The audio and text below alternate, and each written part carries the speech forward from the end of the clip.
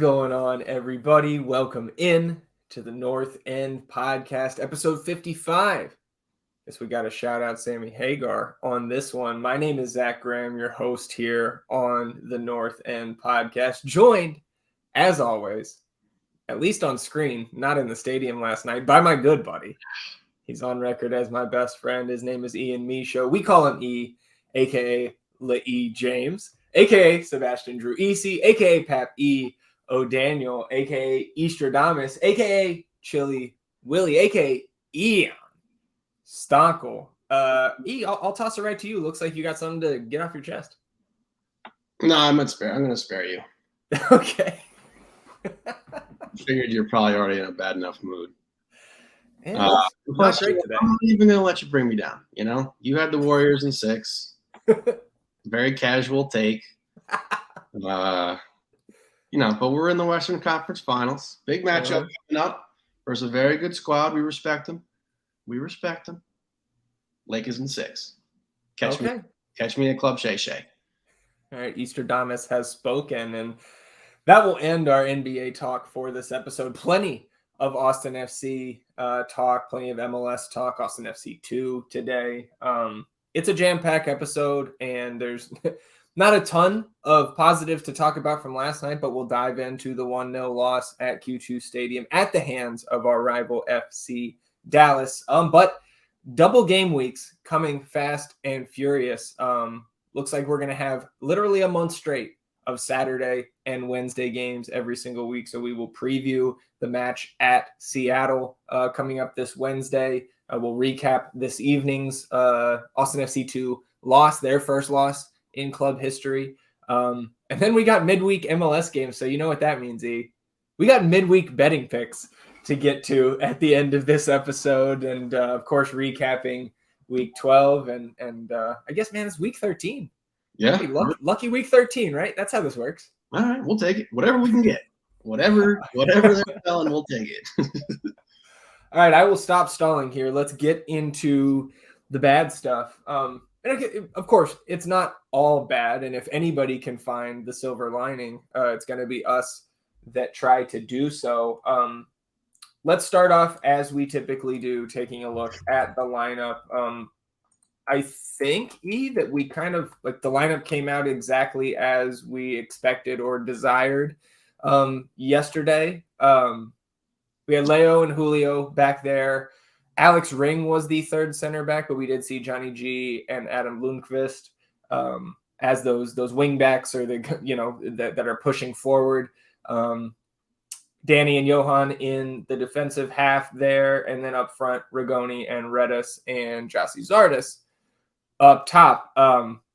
Putting aside what we saw over the course of last night's match, how did you feel? Okay, if you can harken back, how did you feel seeing that lineup come out? Pretty much, I think, exactly as we had forecasted, which is not tough to do with how short we are depth-wise in certain places, but I guess it feels good to get something right last night.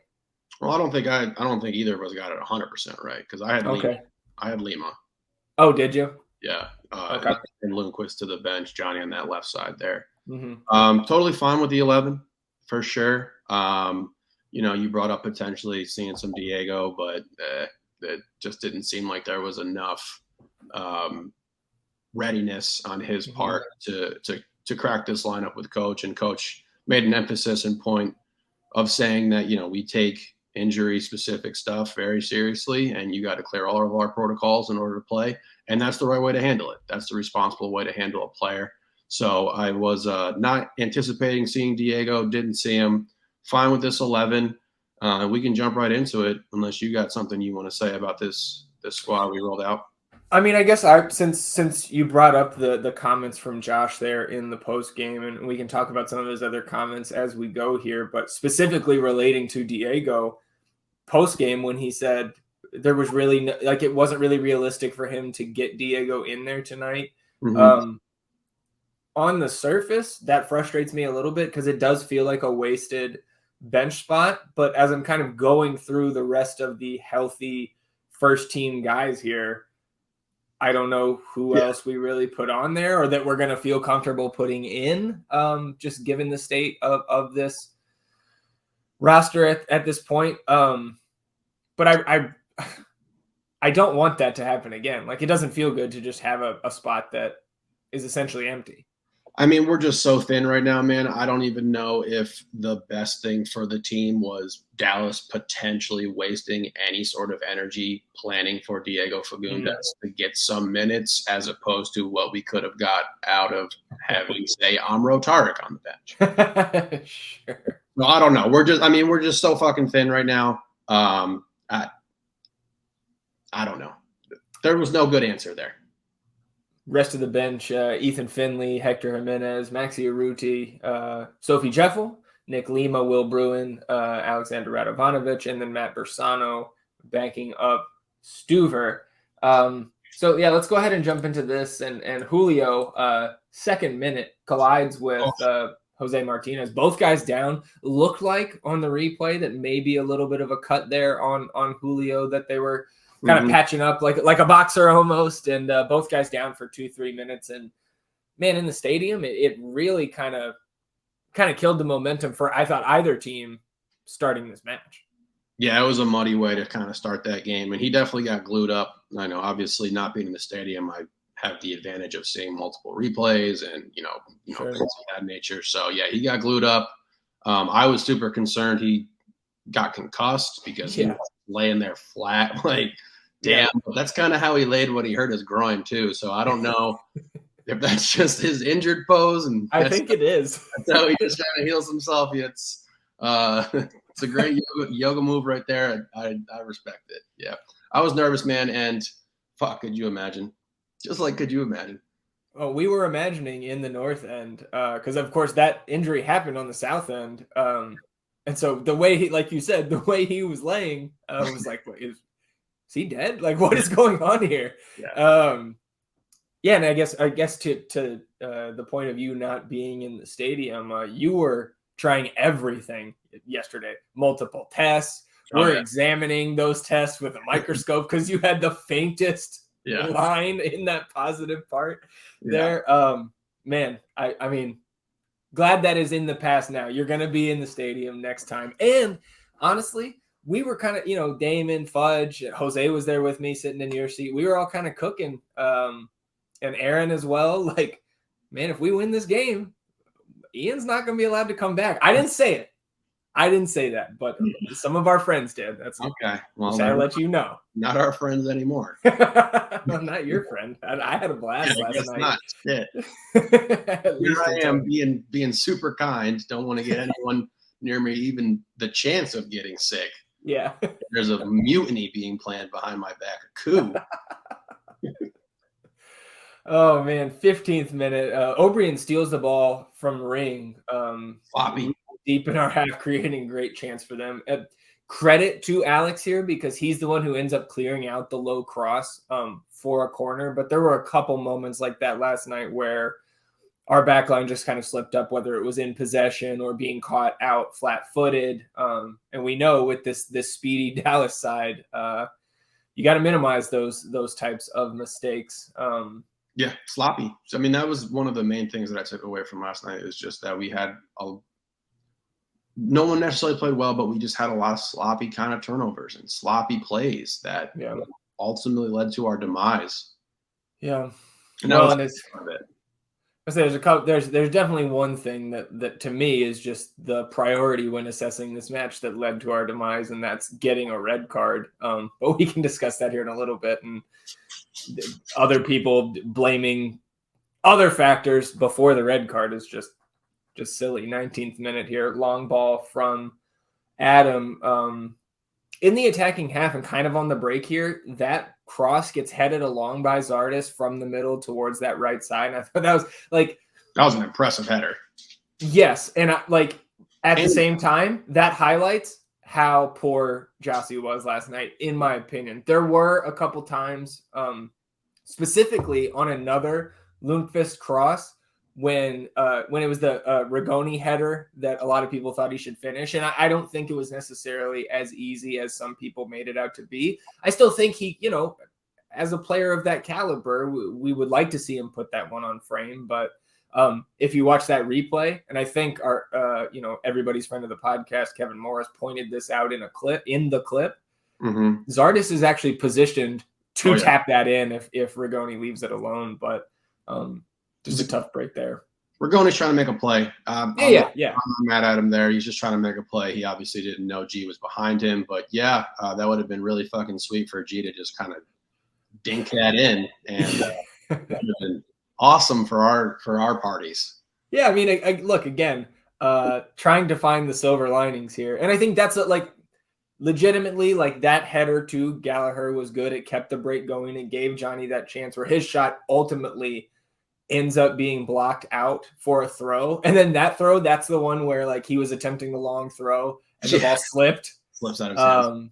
And luckily Danny, I think, got back on it. And another thing from that Lundqvist cross on that fast break, the long balls last night were plentiful.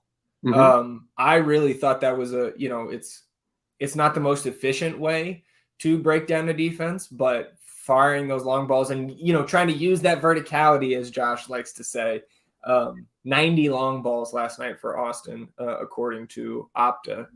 So something that I don't think we saw a ton of at the beginning of the season, but when you get these guys healthy on the back line and you have Alex and you have Julio and you have Leo back there, with the vision to try to create those chances. I'm all for it right now, especially as our midfield is depleted. I mean, it has to be part of our game plan. Look, I'm all for the possession style that we play.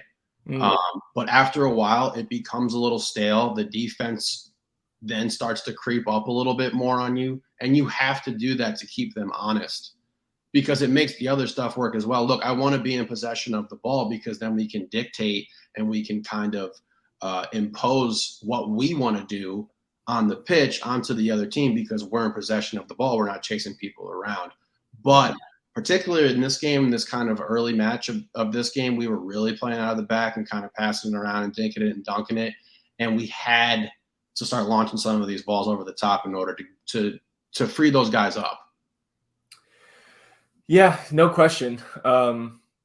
And just on, I guess, while we're talking somewhat about that possession style and the midfield and how that's affecting our tactics right now on offense, I thought we did miss Owen last night, especially as an outlet for Stuver and for Julio and Leo and the like.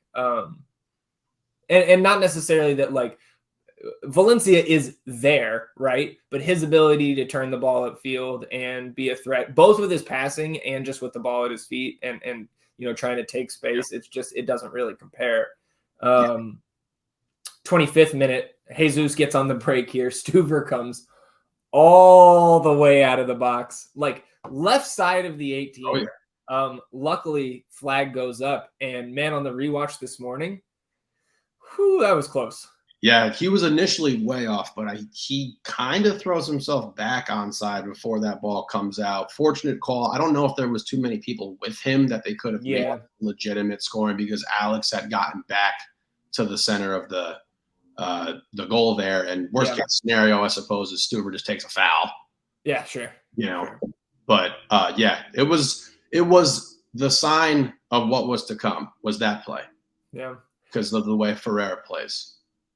When you were talking about replays earlier, I will shout out our buddy Jose because he every time he comes to a match with us, he does what we should do all the time, and we forget to in our in the state of either euphoria or rage that we are in. Just pulling out the phone, pull up the Apple TV, and watch the replays that way. He's a dad. He does those things. True. 29th minute, O'Brien again. Getting past that back line, get past Julio here and in on Stuver, fires it over Stuver, but then luckily off the bottom of the crossbar, hits right in front of the net and gets cleared out eventually. But we got lucky on more than one occasion last night, but this was probably the one where we got the most fortunate to avoid disaster there while both teams were at full strength. That back three was pretty sloppy last night. Yeah. They were pretty sloppy. And then even the unfortunately, we'll get into it. 40th minute, Gallagher's cross from the right is cleared out, but falls to Lundy right on that left side of the 18. And he fires a volley, like saved at the last possible moment. This thing is going upper 90, like top bin. And, you know, we were talking about the other day that he looked so, Lundqvist, that is, looked so much more comfortable on Wednesday in his starting role, and not just comfortable in possession and defensively, but taking those volley chances and the half volley chances, like almost everything that fell to him in a halfway dangerous position, he was trying to put on net. And that was certainly the most dangerous shot attempt I think we've seen him have. Yeah. I did not know he had that. He's really growing on me. And I don't know how much higher his ceiling can actually go, but the fact that he is now in this role where he's being pushed up the field and being more of a part of the offense than we have seen to this point, I think that is a promising thing we can take away from this match, because he didn't just do it against the USL side on Wednesday. He came and I thought had a pretty nice follow-up performance here on Saturday. Totally agree with you. And I mean, if you look at our squad right now, our leading scorer plays out of that wing back kind of position. So the opportunities are going to be there. And it was definitely a welcome sight to see him put some shots on the net that were really impressive, and just the more aggressive style of play that he was playing with. When to your point about the position of Adam and Johnny, it gets on my nerves a little bit that as a fan base, I feel like we're still calling those guys defenders, and they're not when we have the ball.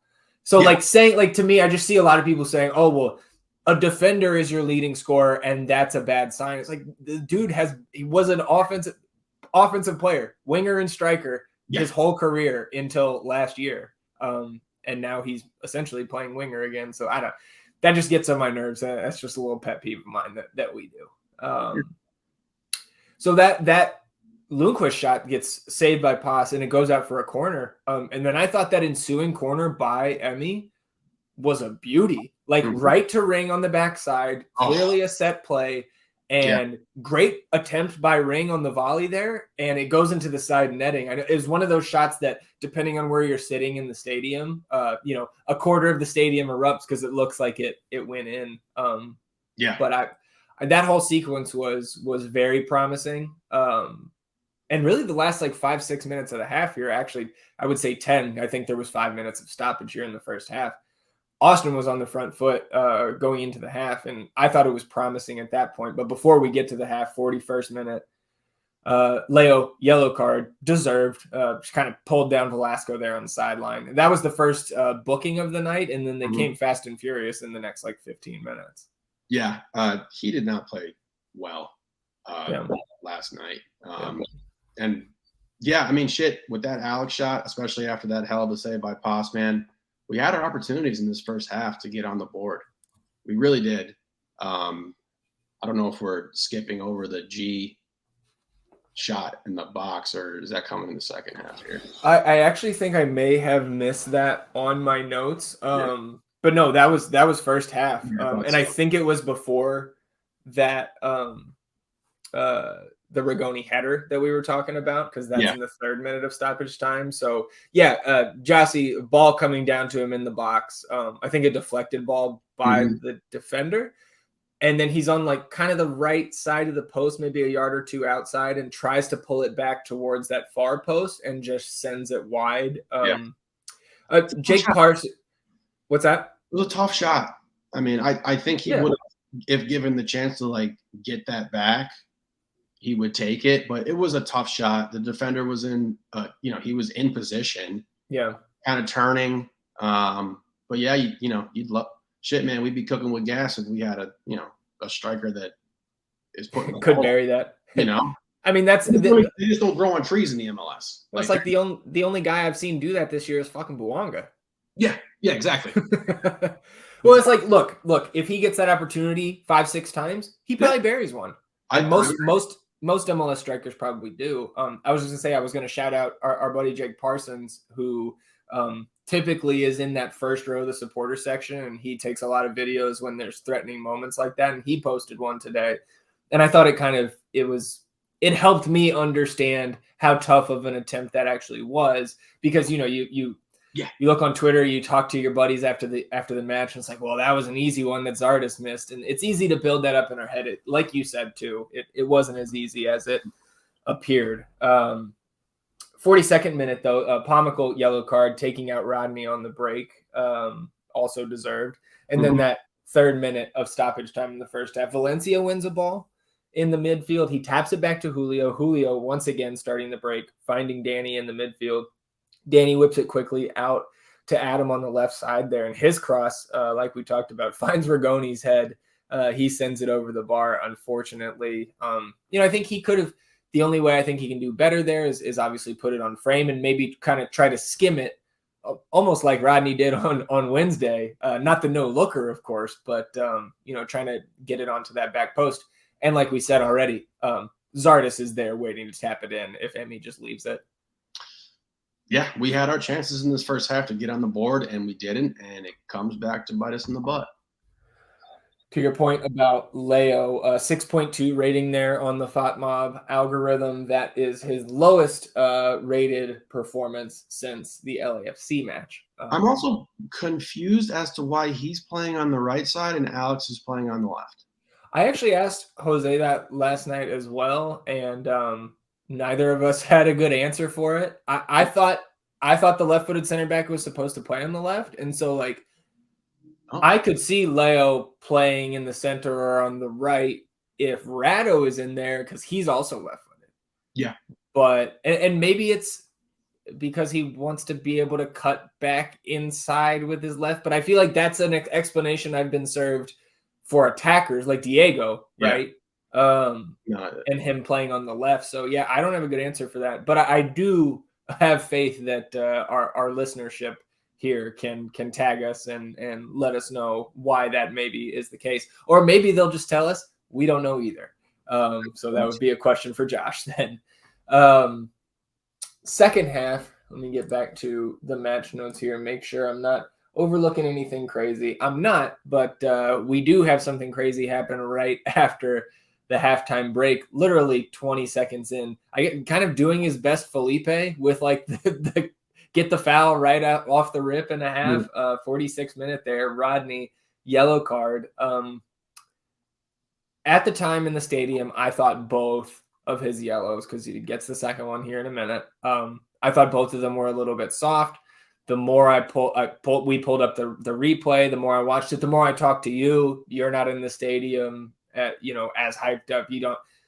Yeah. Clearer heads prevailed. So I will shout you out for that to help me through that. And again, I think the first one is a little bit softer than the second one, but I think it's a fair enough yellow because it was a late challenge. And he did kind of go through him, the Dallas player, on the side of his legs there. 8 minutes later, Valencia gets the ball, crosses the halfway line and gets a pass to Redes. Redes takes a bad touch, chases it into his second yellow, sent off with the red card. Of course, crowd not happy, but again, I think the more people check that out, maybe are coming to the conclusion that I did after watching that replay is that, I think sometimes we just got to blame our guy for a reckless and irresponsible challenge when you're on a yellow. Like when you're on a warning, it's just like, look, you got a T in basketball, you got to shut the fuck up. Yep. Someone tell Dennis Schroeder. Yeah. I mean, like we said, we wouldn't talk basketball again, but Dennis didn't deserve that T in that game. But you can't put yourself in these positions, man. Yep. He was just a little late, and you just can't put yourself in that position, especially because the ref, who I forget his name. Ismail Elfab. Yes. Yeah. Who is, by all accounts, the best referee the league has. Yep. And I think that he was obviously brought in for this game for a very specific reason. This was a physical match. We also didn't touch on in the first half how Alex got fucking clipped right in the eyeball there. You see the shiner that he had? My goodness. He was dinged up good there. Yeah. And the ref had let it play, and he had multiple times been like, you stop, you stop, yep. you stop, you stop. I saw that on the replay. Once he started coming with the yells, he wasn't gonna not be consistent with them. And Rodney's late, and you just can't put yourself in that position. Yeah, so down to 10 men here. Dallas makes the first adjustment. Paul Ariola on for Sebastian Lletget. And then Tafari comes in for Martinez. And Martinez looked like he maybe took another knock. He was the guy who had collided noggins with Julio early in the match. He came off behind the goal in the north end, and I was proud of 123 expletives raining down. He looked up at us like, okay, and kept walking. I thought he was a good sport. 65th minute, and I loved this sub. Aruji for Zardes at the 65th. Yep. Like, this is what we have been wanting to see, because both of those strikers, as unproductive as they've been on the score sheet, I think you and I both still think that we are at our best when one of them starts and plays 60 minutes and the other one comes on, because they're both veterans, aging a little bit, and it just doesn't seem like either of them really has the juice right now for 90 minutes at their best, which at their best is who knows what that is right now. Yeah, no, I was very happy with that sub, very satisfied. We've been calling for it, and Josh doesn't like to sub too early, but obviously things changed after this Rodney card, and I'm just going to say this now: we were the better team when we played 11 on 11. We were without our best player, without one of our most important midfielders in Owen Wolff, and without one of our best attacking players and best playmakers, Diego Fagundes. We were the better team. Yep. And the card here, and you're basically playing a man down the whole rest of the half, and we fought. Mm-hmm. Yeah, no question. Trying to pull up real quick right here. I've got the game flow, the momentum chart on FOTMob. You can see that. To your point. And look, even after the red, Austin FC, I thought, did great. Like, they're not super threatening. I think it was like less than 0.05 XG and after the red card. But that kind of makes sense. We were doing what we had to do to try to get it. Exactly. So 73rd minute, Ariola becomes a threat. He receives a cross from the left. Now he's on the right side of the 6, heads it back towards that left post, trying to put it in, and luckily put it wide. But that was one of their better chances. After what I thought the first 15, 20 minutes after that red, we were really solid. Josh, I think, talked to Ring right when the red card happened. They made the adjustments on the fly, and it took Dallas a little while to kind of figure out how to get some actual danger in the box and really pressure that Austin back line. I was proud of the squad after we lost Rodney. And to your point, yes, again, the right adjustments were made. We moved Alex into the midfield. We get Ratto in, right, coming up. And we tried to play out of a concentrated kind of back. And we still got some okay kind of chances. There was a couple times where we're about to set off a break here. Maxi's just pulled so far back because we're trying to salvage the point there. And I just want to make the point of the fact that, people have gone after Coach for saying he doesn't make adjustments, this, that, and the other thing. He does. Remind everyone that he does, but also just because you make adjustment doesn't mean you automatically win the game. If that's how it worked, then every coach would be like, adjustment. And then no, you have to put your team in the best type of chance to win this game, or at least get a point here, which would have been a win in my book. So, but it's not how it's worked out this season. Yeah, I'm with you. And what we were saying that in the stadium. It's look, a point after the red was fine. We were going to be satisfied given our situation that Rodney put us in with the reckless challenges. 76th minute. We're going down the right side, slides it into the box as he nears the end line low. Not even really a cross. It was just a pass to Danny. Danny feels Quignon on his back, takes the contact, goes down, no call, no review.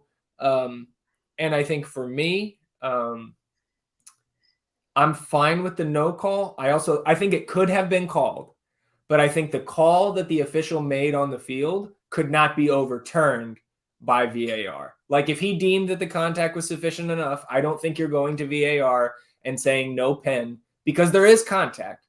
Mm-hmm. But if you deem like he did that there wasn't sufficient contact to call the penalty, I think I also see that outcome. I don't know if you agree with me on this or not. So how did you see that whole situation play out from home? Just a tough spot. Danny makes the right play. He feels that contact and he goes down. He who shall not be named probably gets us a pen there because that's what he does. But yeah, the thing that hurt most about it was that, he tries to sell the contact a little bit, which is part of the game. And we don't get the call and we lose out on a decent opportunity in front of the net there. If he kind of holds on to possession, lets a shot go, whatever could have happened there. It was tough.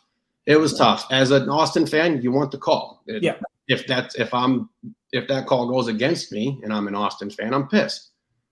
And I think particularly with the flow and physicality of this game, that wasn't anything that was egregious in regard to the contact and physicality that was happening on the pitch throughout this game. Yeah, and certainly I would not suggest that we lean on any shortcomings from the officiating last night. Like I thought, I know we gave Elfath his praise and a lot of people do, and it's well worth it because he's like you said, he's like the best ref.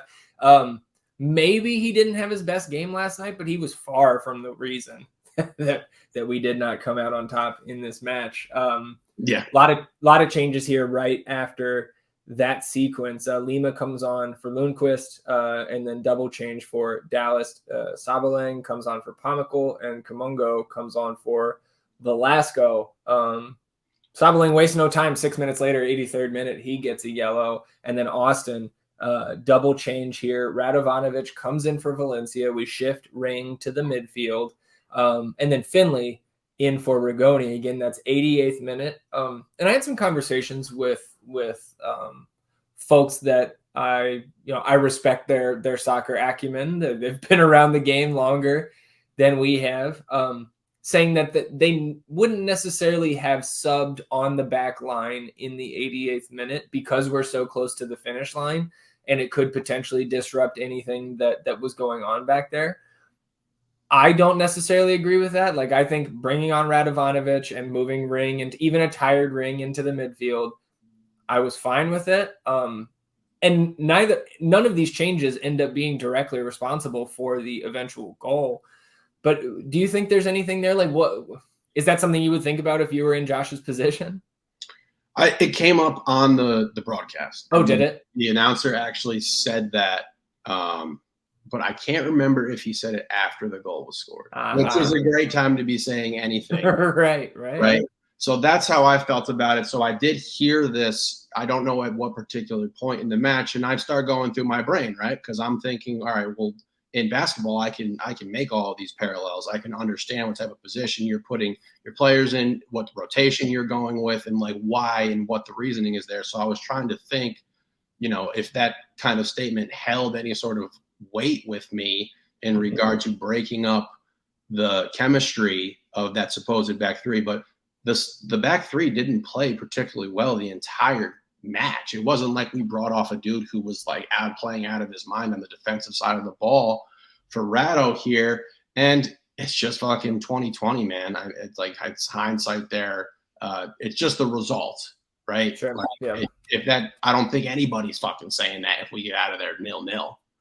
Yeah. We would have heard that from a single person. Yeah. So, I mean, what happens with the goal is I don't think it was a chemistry or a communication breakdown. I don't think it was because we got subbed on the 88th. I think it was because their best player played and their best player made a best player play. And our best player is on the bench.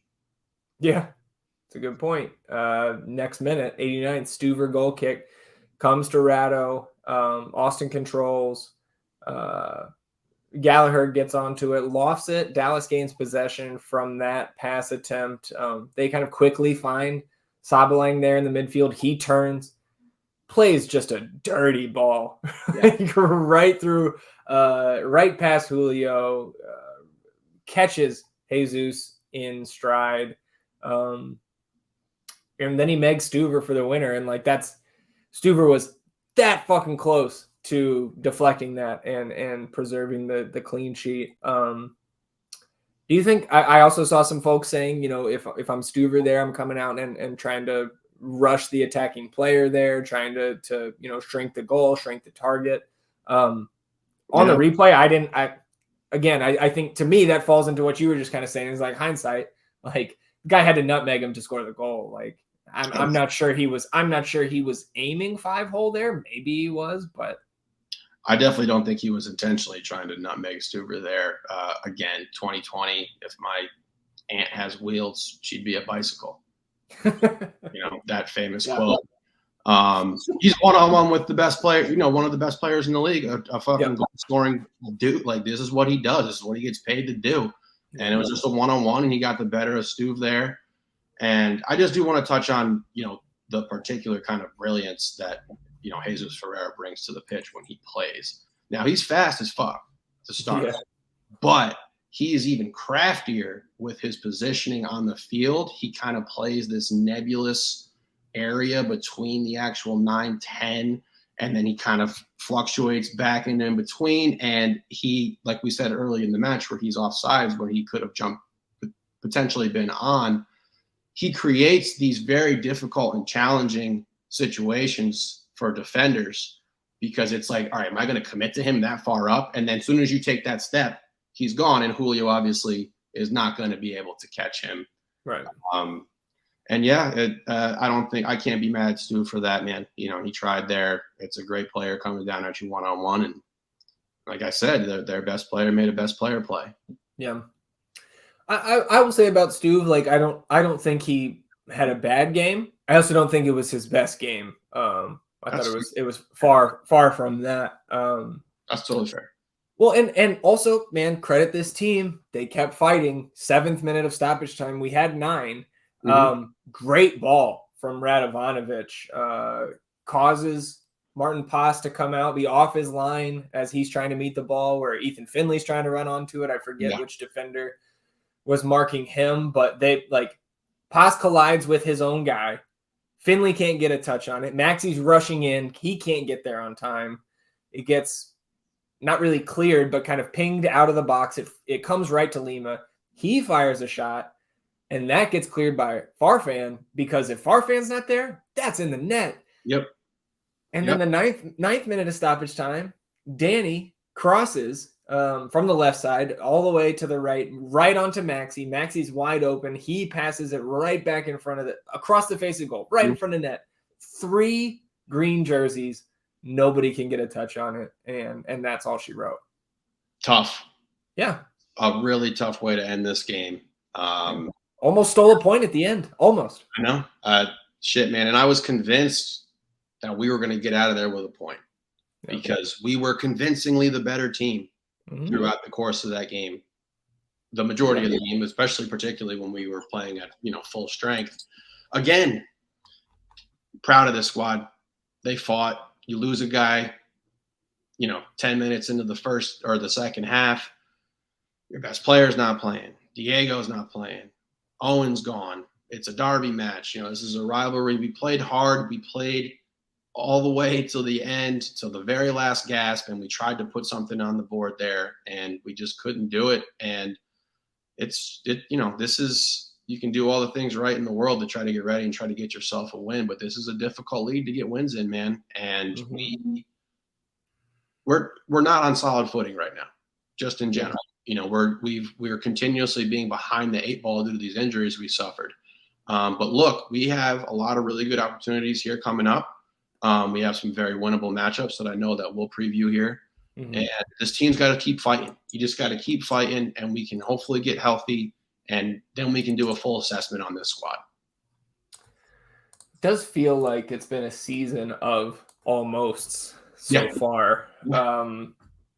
14 shots to 8 in this one in favor of Dallas. Just 3 of those 14 shots on target. Just 1 shot on target for Austin, but 6 of those 8 shots for the good guys did come inside the box. XG on FOTMob's model here, 0.45 for Dallas to 0.36 for Austin. So just a disgusting, game.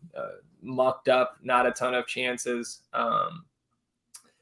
And I guess a couple of things that I think we should touch on. First of all, I mean, we didn't touch on this when the goal happened, but a certain number of fans in the South End decided that Jesus Ferreira celebrating in front of them was just too much to bear, and started to throw trash and cups and whatever at him. And first of all, fuck you for doing that. That's bullshit. It does not belong in our stadium. We not like we're making some sort of public address announcement here at the stadium ourselves, but we talked about it in the St. Louis match when Stroud came off and we saw one drink fly down. It's like, I had never seen that at Q2, and I hoped it was the last time. I know it's not going to be the last time like that ever happens, but man, and we aren't snitches. But if the club can identify anybody doing that and give them some sort of ban, whether it's a year or lifelong, like, I don't know, I am all for that. Like, we have to discipline our fans for doing that dumb shit, because there is, in no circumstance does anything happen on the pitch where it's okay for you to either throw something or go onto the field. And for me, like, that was one of the things in this tough start to the season that was still separating us from a trash fucking fan base like Houston, where like we saw what they did to Ferreira last year when it was just a thunderstorm of trash raining down on those Dallas players. But like, to pull us down with you, those few fans who did that in the stadium last night, like, get the fuck out. Like, you don't belong if you're going to do something like that. Gross. Yeah. No, I hope that they are found, and I hope that they are disciplined. And look, man, God, some of y'all are just a little too sensitive. Yeah, you can't. Come on, bro. You can't handle that. All you just proved is that you were super sensitive. Yeah. Because Lord knows you're giving him the business. Yeah. When he's out on the pitch. Yep. Lord knows you're saying all kinds of things to him. So if you can't take it, don't dish it, baby. And like, I hope you get caught. No room for it. Really sad. Just pathetic. Yeah. Pathetic behavior.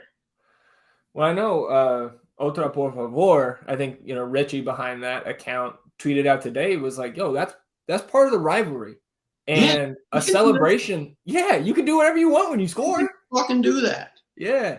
Yeah. And he also added that, that should be used by players and coaches and fans alike as fuel for the next time we meet these guys, because we got 2 more meetings this season, and those count for Copa Tejas. So like, that's the proper response to it is, okay, you got us this time. You were a man up. It took you all game. Like, we'll get you back. And I thought Rigoni had a nice post today. What did he say? Echoing that kind of sentiment. That it was a very difficult loss. All the effort that went into this game. But, football, get your revenge, I think was his last statement. Mm-hmm. You can get your revenge in football. You need to go and you beat the team. Yeah, you got to go do it on the pitch. I didn't see anything fly on the broadcast. They probably did not want that to be shown. Yeah, for sure. Rightfully so. But yeah, man, come on, bro. Yeah, it's fucking despicable. Childish. Also, and like, less despicable, this is just more, I think, our own vendetta here. Like, look, I understand there have been multiple times where it has been appropriate to criticize Josh Wolff, whether it was for his lineup decisions, his tactical changes, or lack of those adjustments to start the year, bringing up players' contracts in the press conference. But look, man, him saying that Rodney Redes messed up last night is not negative. It's not slander. It's not dragging anybody's name through the mud. It's a fucking fact. And he was asked directly about the red card. So I just don't know what some of these fans expect out of not Josh, a coach, just out of any coach. What the fuck do you expect? I don't get what they want him to say, E. Like, you're going off the steep end here, brother. That was good. I like that. Yeah, man. What's he going to say? Oh, great. We love playing down a man. Hell of a moment there, Rodney. Here's the quote. When you're on a yellow, you certainly have to be smarter, and you can't run the risk at that point. It's unfortunate. He knows better than that. He'll obviously learn from it, but it put us in a tough spot, a bad spot. And fuck, man, any player, you don't have to be a pro. Any player, any coach, you fucking know that. That's just a fact. When you get a red card, you put your team in a bad spot. Because now you don't have as many guys on the fucking field as they do. I mean, it's literally the perfect answer. So what the fuck are we talking about when people are like, and look, I'm not just going off the steep end here. There are other reactions that I saw to this quote on social media today where it's like always blaming somebody else, always blaming the players. And it's like, the blame is on Rodney Redes. Did Josh Wolff go out? Did he tell him to get a red card? Bro, I just, at this point, they're the loud minority. Yeah. Josh ain't going nowhere. He's got a 3-year contract. You know that. Yeah. 3-year contract extension.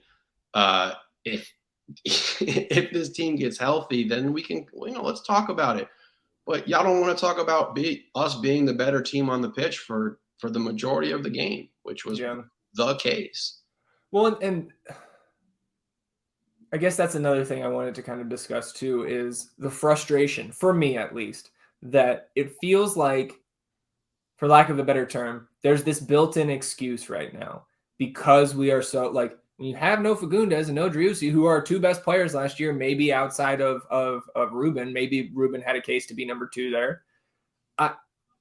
If we lose, it's just like, these guys, like the MVP and the All-Star are out. Yeah. I mean, I'm not trying to use it as an excuse. I know you're not. I'm just, I'm saying, like, it's a built-in. I'm not saying anybody's using it. I'm just saying the reality, I guess the reality to me feels like an excuse because I personally don't feel like I can fairly judge this team without, Josh said it himself, we don't have another guy like Sebastian Driussi on this roster. That'd be fucking sweet. Yeah, it would. And hopefully down the road we can do something like that. But when he's out, it's just it's hard to know how hard to criticize these guys, players and coaches, because it's just different. Like you're just, Yeah. I mean, it is what it is. It is what it is. We're hurt. Our best player's not playing. Will that be taken into account if we are on the verge of making the playoffs? No, the MLS will not be like, oh, well, they played all season hurt. The reality of this season could very well be, and I know that I don't think that this is the reality for the future of this club for the rest of the season, but it very well could be that we just never get our foot in a proper position. Like we just lose our footing. We just keep making a little progress, injury, making a little progress, injury, and one step forward, 2 steps back. That could just be the reality that we're going to have to face this season. And the only people who are going to know it the people who are outside of this community and rooting for this fan won't really know it. They'll see us in 12th place, but it is what it is. Which is why the way that I'm judging this team right now is if we are fighting, if we are continuing to play hard, if we're trying to execute to the best of our ability while we are shorthanded. Yeah. We have. We just salvaged that point versus Portland because we fucking played till the end of the game. Yeah. It could have happened in this game. And look, also you look at this, even just the timing of the subs. Those subs would have been a little different if we're down 1-0. Yeah, for sure. And it just happened. Or if Danny gets the PK call, we're up 1-0. Facts. It's also different. Yeah. You could have out of there with 3. But again, it's a season of almost so far. Yep, absolutely. Yep. So I did want to talk about this because our boy Diddy there, aka Patty Mayonnaise, asked us to discuss it. He was asking about the stadium construction and how it kind of backfires when a real away supporter section shows up. Like, I mean, because I'm pretty sure in the regular season, the only teams we allow to bring instruments are our Copa Tejas rivals in Houston and Dallas. And look, man, I love that. I think it adds to the game day experience. I also understand, as somebody who sits right there in the north end with our boy Diddy, like it's fucking annoying, especially when that things are going well for the away side. And it does it for the north end because of the way they stick them up there by the roof, and they're playing our direction in the north end, and the sound echoes off the roof. It can drown out some of that, south end noise. So he was asking, do you think we can move away fans down in that section so it echoes less off the roof? And my answer, like, maybe, but I also think it's just like, it's part of it, man. It's soccer, and we want, like, unless we want to be one of those clubs that doesn't let our rivals bring their instruments, and like, we just want to shut that down. Cause like, if we're not going to let them do it, then why would they let us bring our instruments? And I think the people who go to those away days would agree. It's more fun when you get to bring the band and we get to, sing our songs as loud as possible and make that noise and make our presence known. So as unfortunate as it is, as many times as I look up there and, we make gestures and things like that and yell things, I think it's just part of it. I think it's what we have to live with that. And we have to rely on our guys to fucking shut them up on the pitch. Yeah, I agree. I don't know where else you would put them. I also don't know too much about stadium construction in general or sound engineering. How noise works. I can't really hear shit out of my left ear. That's true. I can't hear those fuckers at all. Yeah, it's perfect for you.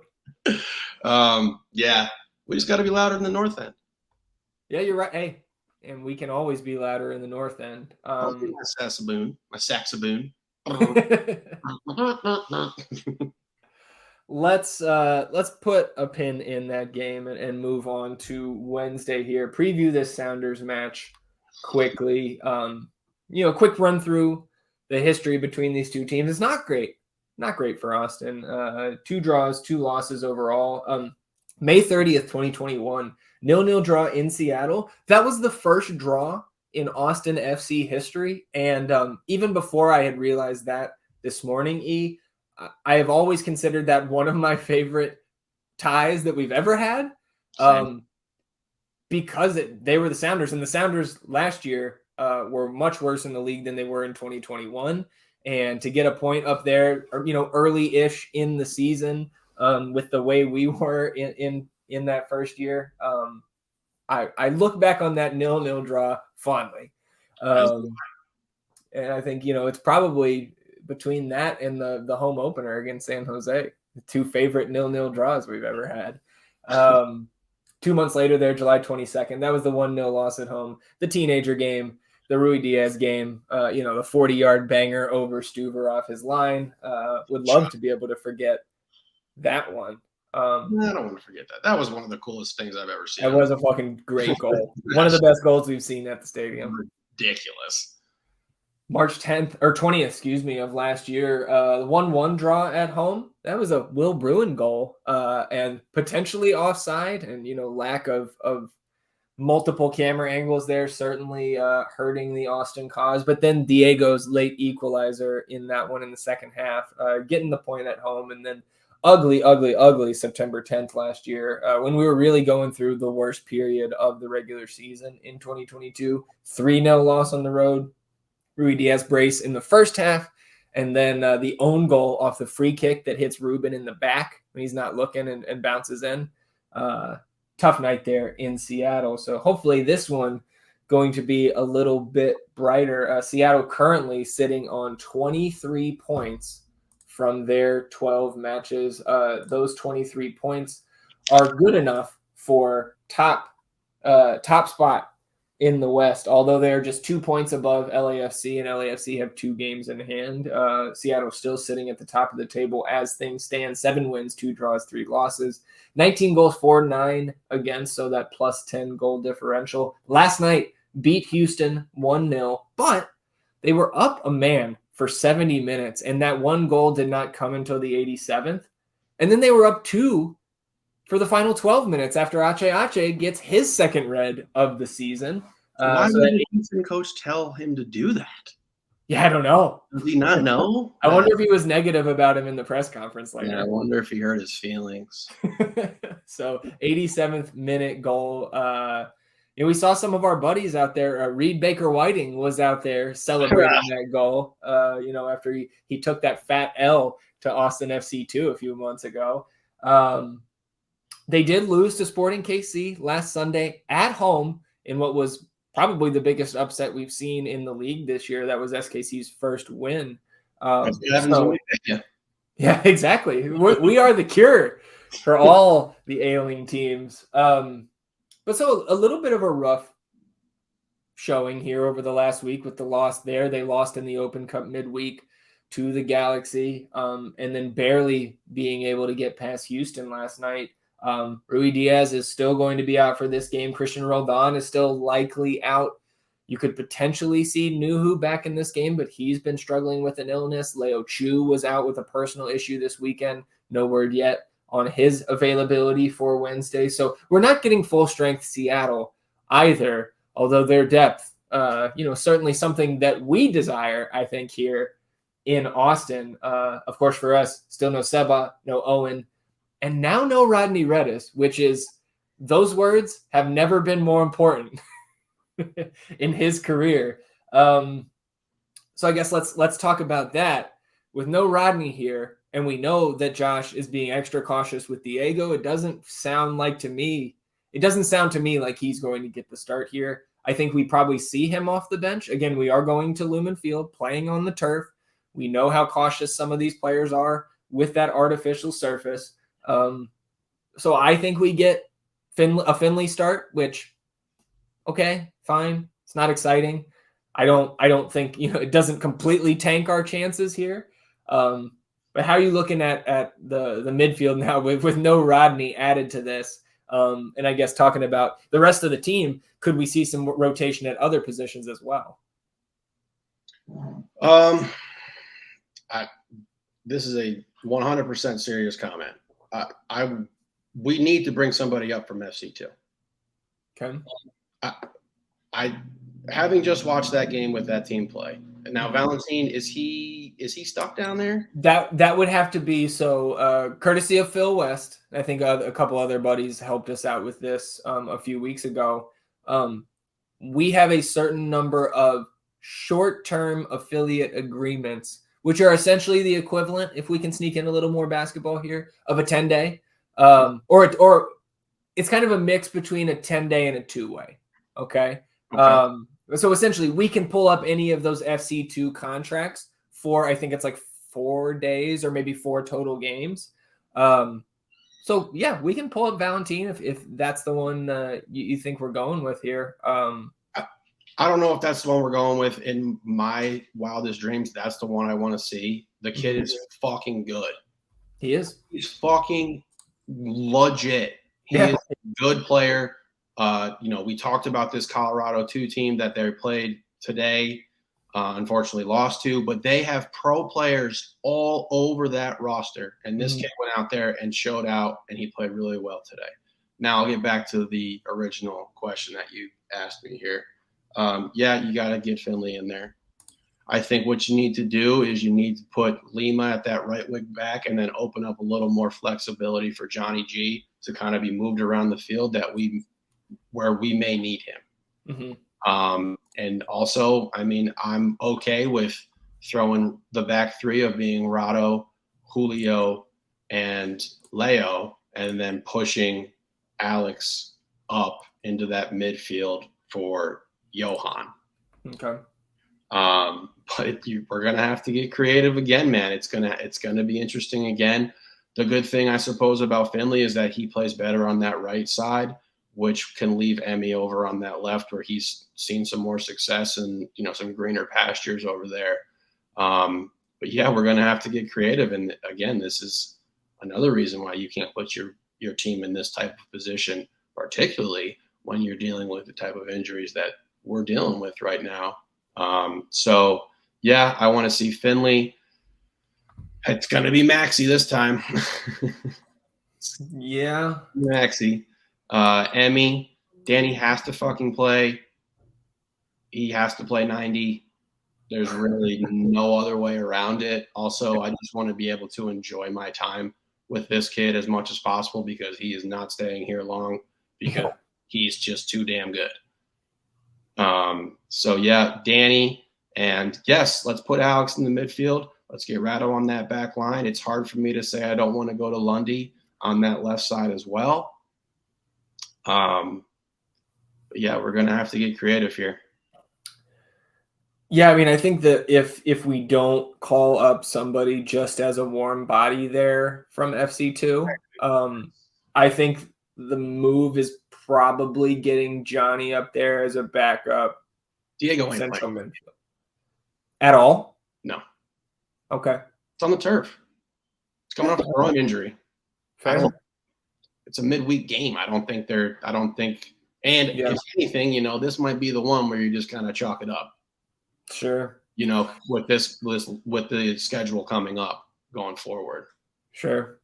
Yeah. I mean, if he ain't going to play, then we are definitely seeing a change, whether it's calling up one of the young boys or shifting Johnny back around positionally and, getting Nick Lima back in there on the right. But even then, man, if we're playing that same formation, then you got Lima playing as a winger on offense, and that doesn't feel good. Nope. It shouldn't feel good. Right. But there's really nobody else to put there. So at least Lima has the speed and endurance to be able to meet the physical demands of that role. He might not have the talent to meet the demands of that role, but he absolutely is physical enough. He will play 90 minutes of hard soccer and smart soccer for us. So, it could be worse on that back. Yeah. I guess the only other thing I'll say is I think we do see Zardes start again. Just a gut feeling. But again, I think, like we've said for months now, either one, do something, as our buddy would say there in 123. All right. Score predictions. It is bleak, my friend, but is this the day that you are predicting an Austin FC draw or loss? No, it's not. Look, this is a super tough matchup. This is about as bad as a matchup as you can get coming off a Saturday game, depleted, injured, just had a dude pick up a red card. Your best U20 player is out with the team, the national team. So this is going to be a fucking hard game, man. But I'm going to go ahead and just say we squeeze one out 1-0. Stuver plays great. I think that's the only really way I could see this team winning this game. Yeah. You're going to win with multiple goals here? Get some bullshit, that kind of just one bullshit goal for us this year would be really great. And then just pack her in. And hey, own goal off somebody's back would be, we're due. Exactly. We paid our dues in that regard. Send some love our way. Yeah. Yeah. Well, because I have the freedom and don't have to, continue my shtick of predicting wins every time, I'm gonna say what I'm thinking here, and it's not great. I think 2-0 loss here. I think it's going to be really tough to score on this team. Just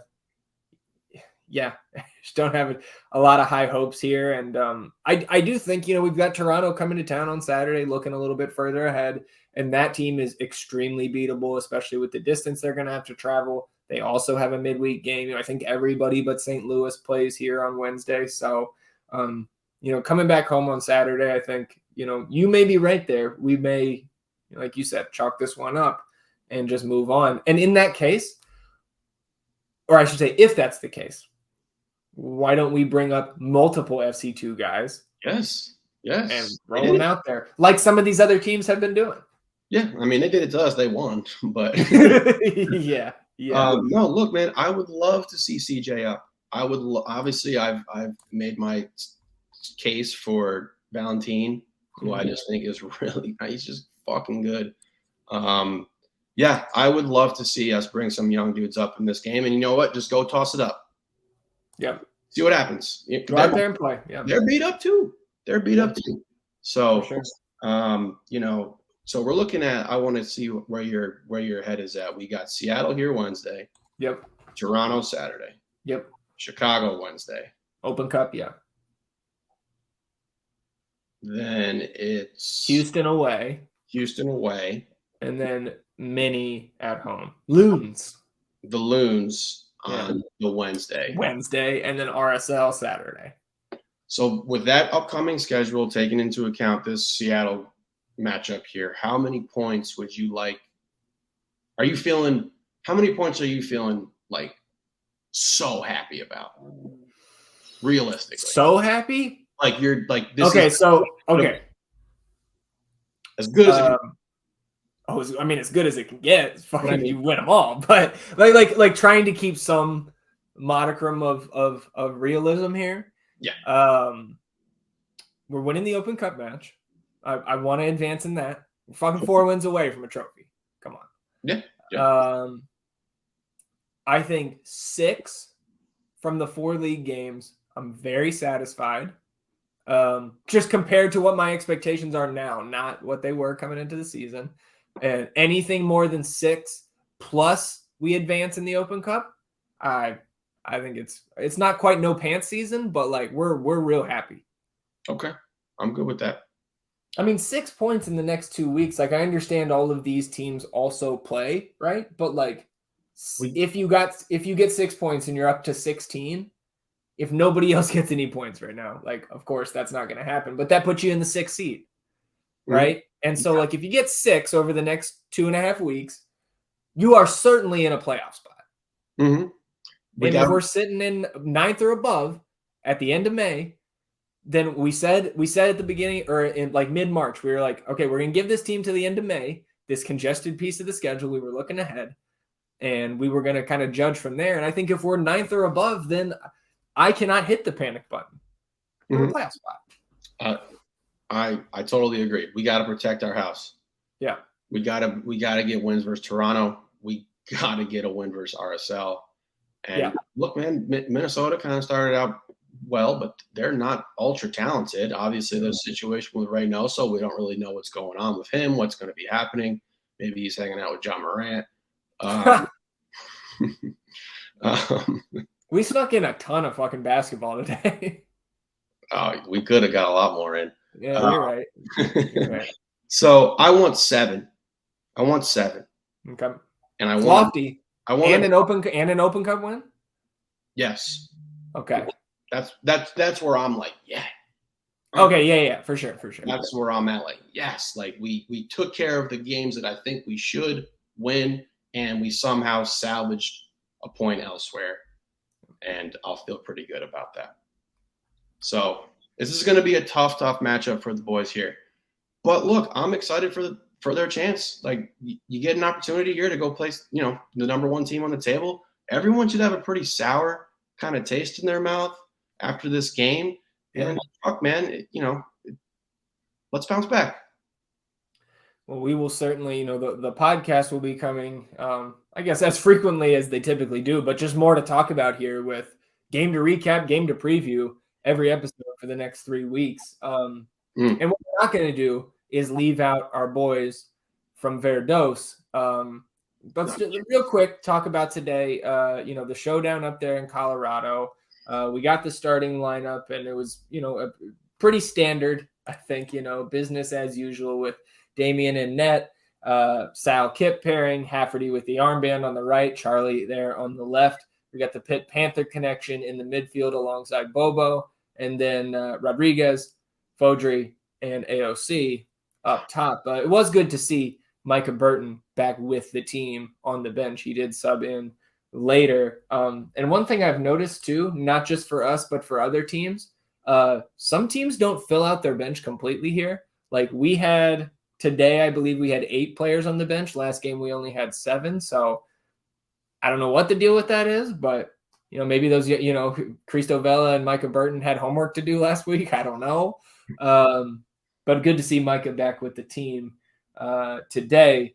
Little bit of a slow start here, but then 23rd minute, great ball from Asensio to David Rodriguez, who gets behind the back line, pushes his shot just wide right. Probably the best chance for Austin in the first half, or certainly in the first 35 minutes or so. 36th minute, Rodriguez this time plays CJ in on the left, past Moise Bombito, the 3rd pick in this past winter's draft. CJ shot was saved out for a corner, but the connection there, the ball from David hit CJ in stride. Great shot. And I think just a great save as well. Sometimes you got to credit the defense. Yep. 39th minute, though, especially with the way Redes was officiated last night. He's Bombito refereeing. already on a yellow, loses the ball near the half line, kind of tries to chase it down like Rodney did, extends, fouls Valentin Noel, taking him down again on a yellow, no second yellow produced there. So, look, I just want consistency between our PRO officials here, and we did not have that this weekend in terms of that. I thought he should have been sent off, but if there's consistency in Next Pro, the consistency is that you're going to get consistently bad refs. Like, yeah. Homegirl was not on top of it today. Yeah. Not her best match, at least not her best call or no call there. Right before the half, Austin on the break, David streaking down the right side. Edwards for the Rapids shoved AOC to the ground in the box. Like, did you see the extended his arm, knocked him down away from the ball? No call. I'm pretty sure there's VAR in Next Pro. I was pretty upset that was not even looked at or like nothing there.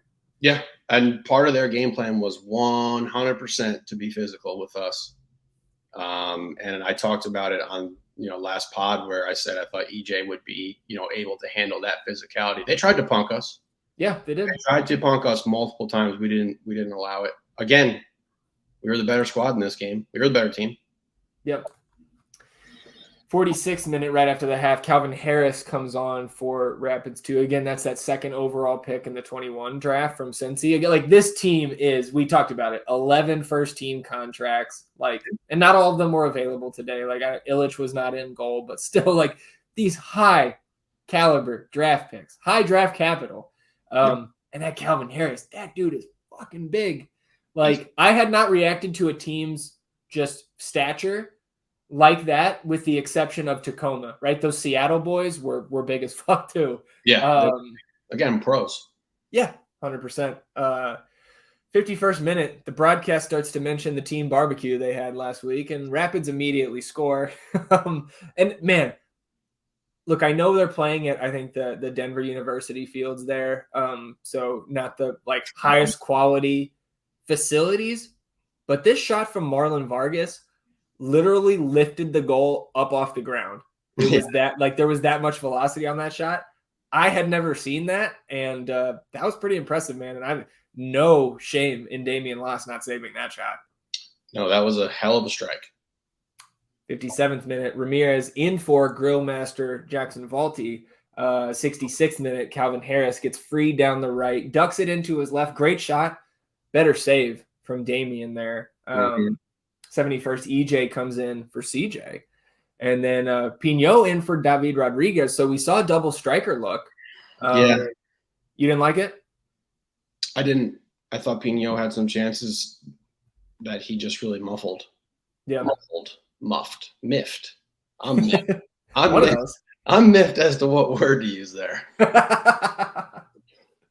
Yeah, I mean, I think, like we talked about it, right? I think there's a reason he's not really pushing AOC thus far for that starting position up top. Bring AOC up too. Shit. Yeah, fuck. Why not? Fuck it. He can't be worse. Yeah. 80th minute, EJ big bodies his way down the right side and then kind of makes a, we're going to keep talking basketball here, baseline drive down the end line there into the 18. His low cross gets cleared out, but just showing his physicality. And that is one of the many attributes that he appears to be able to bring to the pitch. 81st. He's aggressive. He wants smoke. He's aggressive. Well, and, hats off to their keeper as well. He played a hell of a game. Yeah, their keeper was good. Game. And that was, I mean, shit, they didn't even have their first team keeper in there that we could have seen. Yeah. So they're stacked there at Colorado, man. We'll see him again. Yeah, for sure. We'll see him at our place. We're going to be out there for sure. Come on down. It's going to be hot, boys. 81st minute, Czech comes in for Charlie. So Czech for Chuck there. I'll see myself out. Micah on for AOC. So back to the one striker look to close this one out. 90th minute, EJ wins a corner. Micah, great cross, ends up near the back post. Hafferty can't put it on frame with his head. Almost collided with Kippy there. And then 91st minute, we see John Santillan come in for Sal Mazzaferro. So adding another attacker there, trying late on to get an equalizer, but doesn't come through. So Austin FC 2, first loss in club history. Comes 9 games into the campaign. No shame in losing to the team that's at the top of the table right now, especially when you're in second. But like you said, we will get those guys back. We will preview the match, the next match for FC2 on Thursday's episode. That'll be against San Jose Earthquakes 2. It's Friday, 8 p.m. at the pitch, and we will be there. So looking forward to that match. Okay. And the preview. I mean, as long as you test negative, As long as the Lakers ain't playing. Okay. Yeah. Okay. Well, hey, look, there's multiple screens out there. We'll see what we can do. I love it. Just for time here, we will discard any other talk about the league. Maybe get some of that in after the Wednesday games on Thursday's pod. But because we have games on Wednesday in the league, that means we have week 13 betting picks. Come get your laughs. Or again, look, if you are a fan of another team, or look, if you have a team in another sport that you need, needs some juice, needs to get going, get on a win streak, let us know. We will bet against them and help you out. Recap real quick the week 12 picks. Look, we really love Mike LaHood and all his generosity with his time, all the things he was willing to share with us, and then trying his best to bless the betting picks. I'll say this, Mike, maybe next time you tell us when you think we're wrong, because our picks that you were good with, we did not do well again this week. So unfortunately, we need more lessons, I think. We couldn't get it for him. We warned you, bro. Yeah. we dragged you down with us, brother. And we didn't say that. We're sorry. Austin plus 120 obviously doesn't come through. Houston plus 150 doesn't come through. Red cards galore. Nashville up 1-0 for the majority of that match. Late equalizer for the Fighting Roonies. Nashville plus 225 does not come through. Lorenzo Insigne plus 250 anytime goal. This man took no shots, E. Lorenzo Insigne, no shots. Played 90. I have not seen Toronto play a match this year. Okay. But I want to watch and just see what's going on with this squad, because obviously they have talent. Dude, they're going to bang in 4 goals against us next Saturday. We did get 2 that came through. Portland plus 130. They come through. Evander Brace. We'll talk best ball on Thursday's episode. Hernan. Oh, shit. Actually, well, we're going to have best ball on Thursday, too. So maybe we need to talk about it now. But we're not complete. San Jose and Galaxy play tonight. I guess we can say this.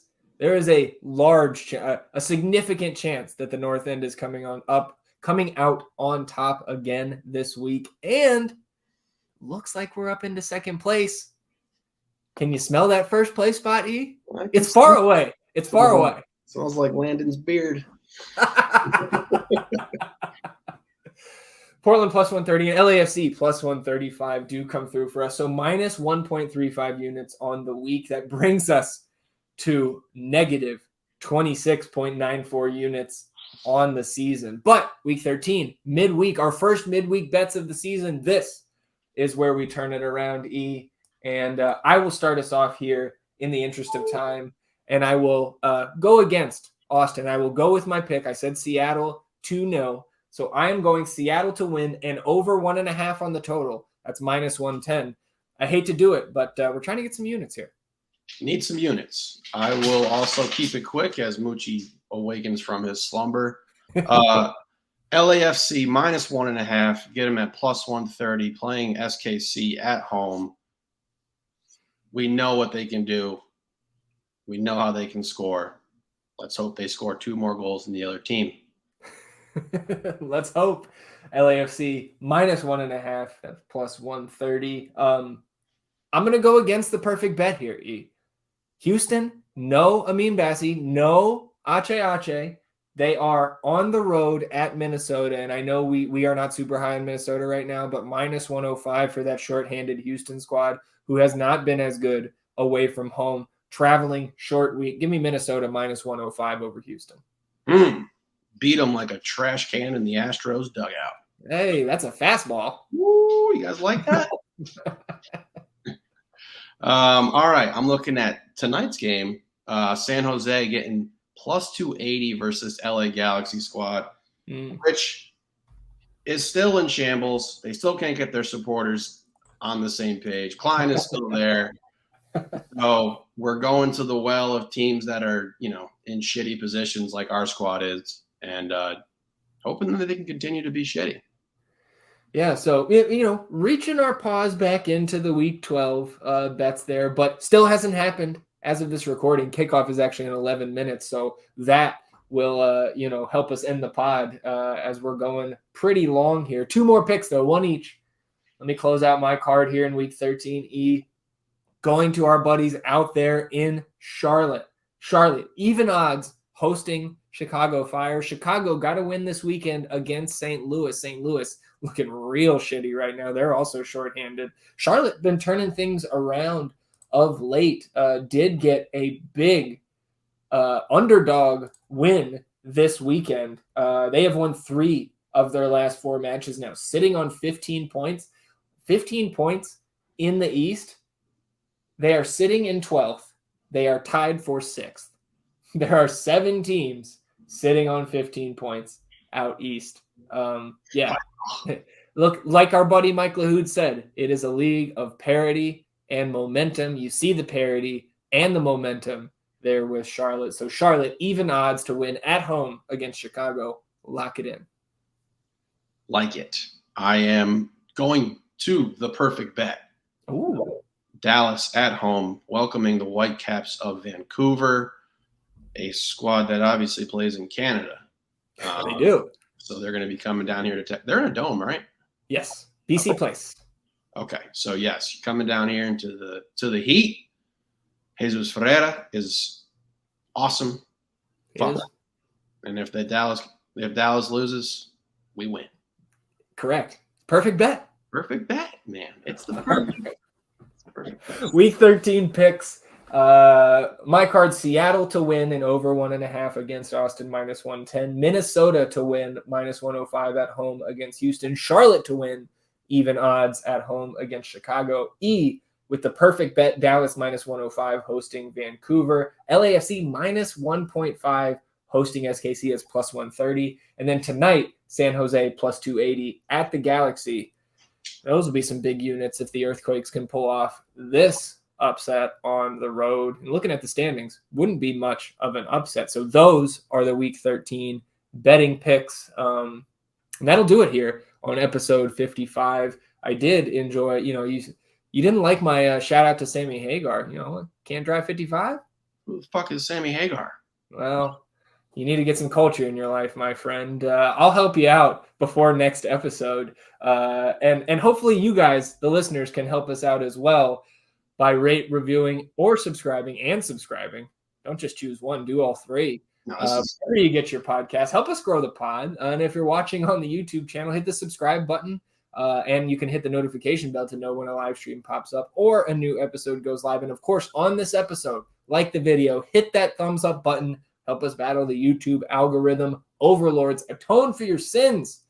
Wash yourselves clean in the waters of the North End. We will be back on Thursday, recapping the midweek match against Seattle Sounders, previewing our return to Q2 this coming Saturday against Toronto, and previewing that Quakes 2 match on Friday out there at the pitch. It is going to be an action-packed couple of weeks. Hopefully, we can get some positive results along the way. But regardless of that, the average analysis will continue. You can find us here Sunday and Wednesday nights on the North End Pod. Thursday nights on these double game weeks. We appreciate you tuning in and rocking with us here on episode 55 of the North End Podcast. We will talk to you all on Thursday. Enjoy the beginning part of your week. Enjoy the match on Wednesday, and we'll see you then. He's E. I'm Zach. Vamos Austin FC, everybody. Goodbye.